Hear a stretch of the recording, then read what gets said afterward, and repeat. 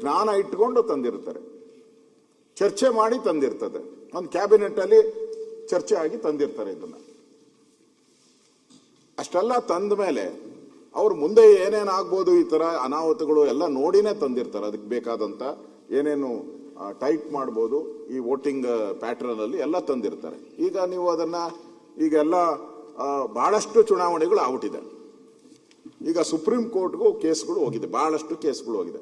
Supreme court clear ಆಗಿ ಹೇಳಿದ್ದಾರೆ, ಈ EMEಯಲ್ಲೇ ಚುನಾವಣೆ ನಡಿಬೇಕು ಅಂತಾನು ಹೇಳಿದ್ದಾರೆ. ನನಗೆ ಅರ್ಥ ಆಗದೆ ಇರೋದು, ಈ ಕಾಂಗ್ರೆಸ್ಗೆ ಅರ್ಥ ಆಗದೆ ಇರೋವಂಥದ್ದು, ಕರ್ನಾಟಕದಲ್ಲಿ ಚುನಾವಣೆ ನಡೆದಾಗ ನಮ್ಗೆಲ್ಲ ಹೇಳಿದ್ರು ಕಾಂಗ್ರೆಸ್ ಅವ್ರು 108 ಸ್ಥಾನ ಬರ್ತೈತೆ, 110 ಸ್ಥಾನ ಬರ್ತೈತೆ ಅಂತೇಳಿ ಸಮೀಕ್ಷೆಗಳು ಬಂದಿತ್ತು. 136 ಬಂದ್ಬಿಡ್ತು. ಅವ್ರು ಹೇಳಿದಲ್ಲ ಮಹಾರಾಷ್ಟ್ರದ ಅದೇನೋ ಏರ್ಬಿಡ್ತು ಅಂತ, ಹಂಗೆ ಇಲ್ಲೂ ಏರ್ಬಿಡ್ತು. ಅವಾಗ ಎಲೆಕ್ಟ್ರಾನಿಕ್ ವೋಟಿಂಗ್ ಮಿಷನ್ ಅಲ್ಲೇ ನಡೆದಿದ್ದು, ಅವಾಗ ಸರಿ ಇತ್ತು. 136 ಬಂದಾಗ ಸರಿ ಇತ್ತು. ತೆಲಂಗಾಣದಲ್ಲಿ ಚುನಾವಣೆ ನಡೀತು, ಅಲ್ಲೂ ಕಾಂಗ್ರೆಸ್ ಇರಲೇ ಇಲ್ಲ, ಅಲ್ಲೇನು ಕಾಂಗ್ರೆಸ್ ಗೆದ್ದು ಬಿಡ್ತು. ಅಲ್ಲಿ ಎಲೆಕ್ಟ್ರಾನಿಕ್ ವೋಟಿಂಗ್ ಮಿಷನ್ ಸರಿ ಇತ್ತು. ಮೊನ್ನೆ MP ಎಲೆಕ್ಷನ್ ನಡೆತು. ಈ ರಾಜಣ್ಣವ್ರು ಇಲ್ಲ, ರಾಜಣ್ಣವರು ಒಳ್ಳೆ ಡೈಲಾಗ್ ಹೊಡೆದಿದ್ರು. ರಾಜಣ್ಣ ಅವರು ಮಂತ್ರಿ ಆಗಿದ್ದವರು. MP ಎಲೆಕ್ಷನ್ ಬಂತು.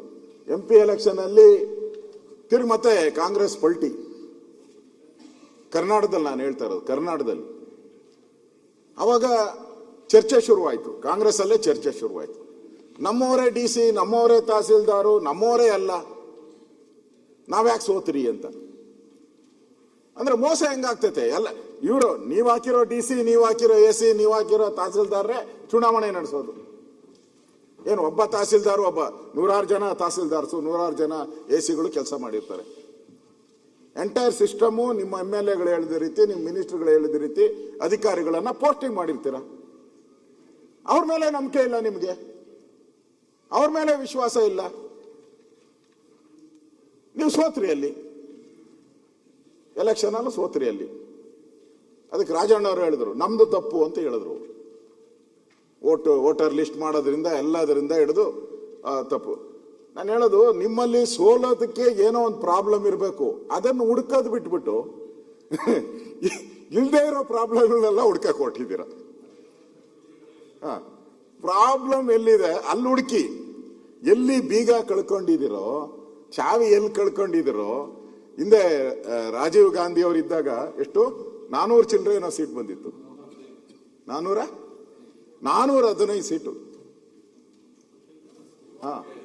415, 415ರಿಂದ 45ಕ್ಕೆ ಬಂತಲ್ಲ. ಅದಕ್ಕೆ ಅಲ್ಲಿ ಏನ್ ಪ್ರಾಬ್ಲಮ್ ಅನ್ನೋದು ಹುಡುಕ್ಬೇಕು. ಲೀಡರ್ಶಿಪ್ ಪ್ರಾಬ್ಲಮ್ಮ, ಸಂಘಟನೆ ಪ್ರಾಬ್ಲಮ್ಮ, ಏನಿದೆ ಅಂತ. ಬೀಗ ಕಳೆದೋಗಿರೋ ಕಡೆ ಹುಡುಕ್ದಿರ ಎಲ್ಲೆಲ್ಲೋ EMEಗಳಿಗೆಲ್ಲ ಹೋಗಿ ಹುಡುಕಿದ್ರೆ ಉಪಯೋಗ ಏನ್ ಬರ್ತೈತೆ? ಆಯ್ತಪ್ಪ, ನಾಳೆ ನೀವು ಇದು ಮಾಡಿದ್ದೀರಾ, ಇಲ್ಲೇನ ನೀವು ಸೋಲಾದ್ರೆ ಮತ್ತೆ ಅದೇ ಸರಿ ಅಂತೀರಾ? ಸಮಸ್ಯೆ ಏನಾದ್ರೂ ಟೆಕ್ನಿಕಲ್ ಆಗಬೇಕು. ಅವ್ರು ಹೇಳಿದ್ರು ಅಲ್ಲಿ ಮಾಡಿದ್ದಾರೆ, ಇಲ್ಲಿ ಮಾಡಿದ್ದಾರೆ, ಯಾವುದು ಮಹಾರಾಷ್ಟ್ರದಲ್ಲಿ ಮಾಡಿದ್ದಾರೆ, ಗುಜರಾತ್ ಅಲ್ಲಿ ಎಲ್ಲೆಲ್ಲೋ ಹೇಳಿದ್ರು. ಹಂಗಾರೆ ಆ ಮಾಡಲ್ ನೀವು ತಗೊಂತೀರಾ?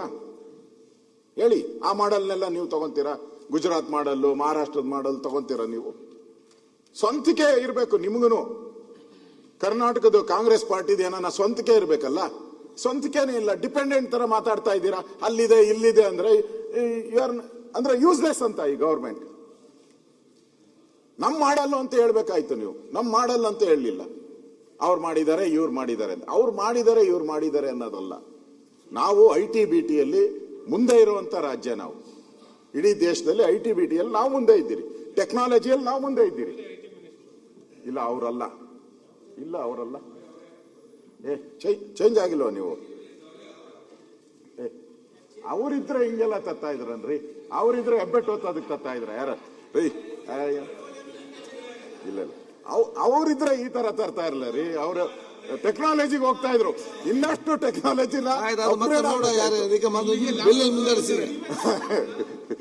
ಹೆಬ್ಬೆಟ್ಗೆ ಯಾರನ್ನ ಹೋಗ್ತಾರ ಮತ್ತೆ.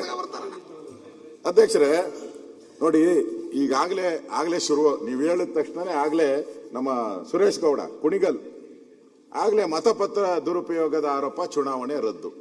ಜಸ್ಟ್ ಒಂದು ವಾರದಿಂದ ನಡೆದಿರೋದು ಕುಣಿಗಲ್ಲಲ್ಲಿ.